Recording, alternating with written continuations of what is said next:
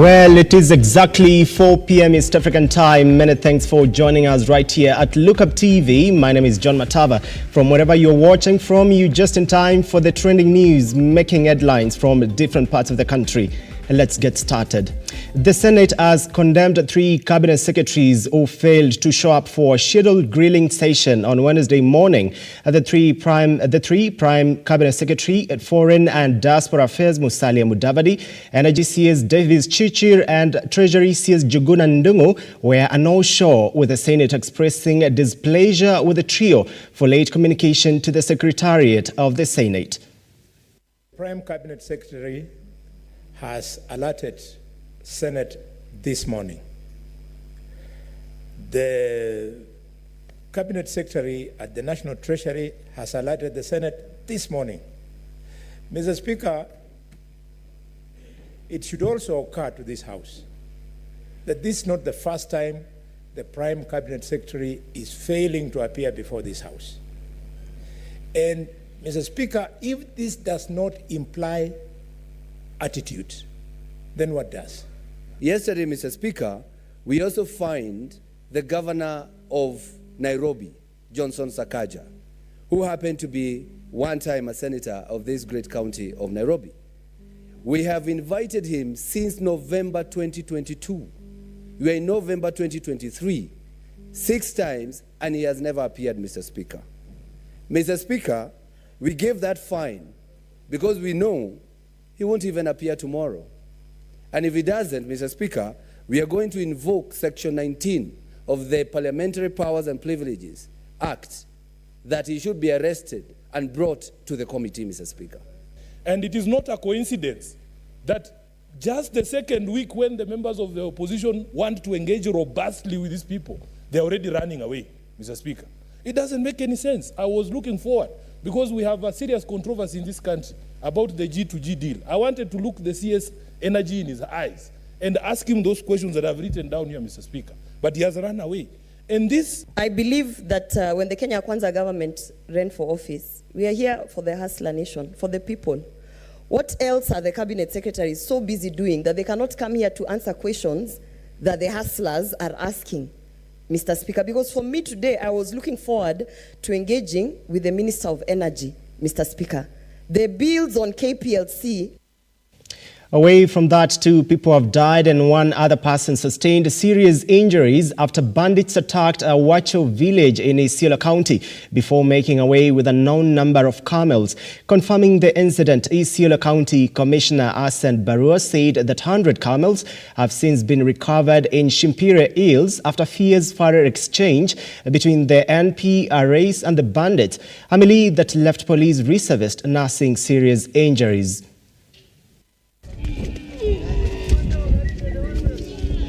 Samburu wamesumbua sana area ya Mlango, lakini tumeweka askari ya kutosha Mlango. Sasa wamehama pande ya Mlango na wameenda pande ya Merchi. Hatutakubali hata huko, wajue ya kwamba hatutakubali wanyanyase watu kila wakati. Tumeimarisha usalama huko, doria tutafanya kila wakati, na hatutawapea nafasi hata kidogo. Tuko na askari ya kutosha, na tutahakikisha ya kwamba hawa waizi hawana mahali ya kucheza katika kaunti ya Isiolo. Ningependa pia kusema ya kwamba vile tunaongea saa hii, kama nilivyowaambia, maofisa wetu wamefanya kazi nzuri kupata hizi ngamia, na hii yote imetokana na ushirikiano kati ya wananchi, kwa sababu hii ripoti ya leo ilipofanyika tu, ripoti ilifika kwa polisi. The Kenya Pipeline Company, rather Foundation, has donated 3 million Kenyan shillings to Pastor Dorcas Rigathi Foundation program. Speaking at the official residence of the Deputy President in Karen, Pastor Dorcas thanked the KPC for their support, which she said will go a long way in empowering and realigning young men with their dreams. As you may know, to dignify a man is actually to dignify a community. Many people that say that once you fund or you invest in a woman, you invest in a society. But I also believe that if you are going to have a balanced family and a community that is thriving, that has power to procreate itself and to have generations coming, you have to invest in a man, because he's a seed carrier. And for the longest, we have seen that this young man, the dignity has been stripped off. They are the same people you will find in the parks just sleeping, greasy, and nobody really pays attention. With a small contribution of 3 million shillings, but we want to assure you, and I know the chair will speak more about it, we want to assure you that this is just the beginning.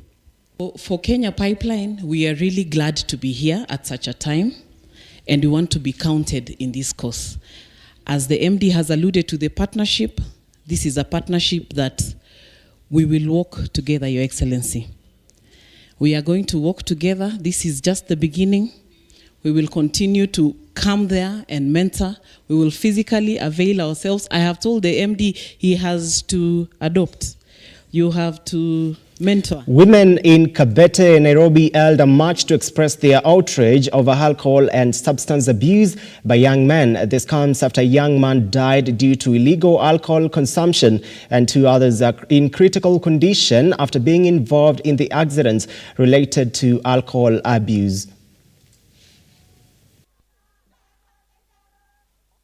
Hiyo pombe haiko pahali inayofaa kwa sababu watoto wanapita wakienda shule.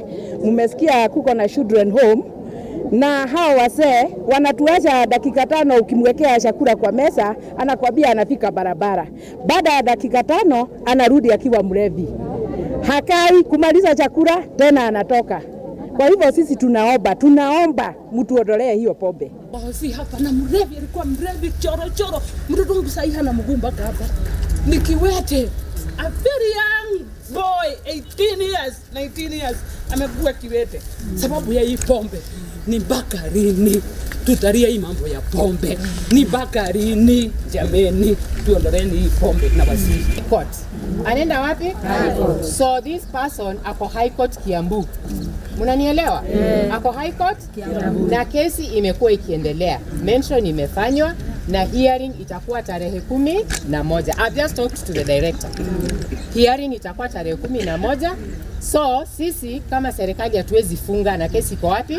Kotini. The only thing we can do, yes, sheria ni sheria.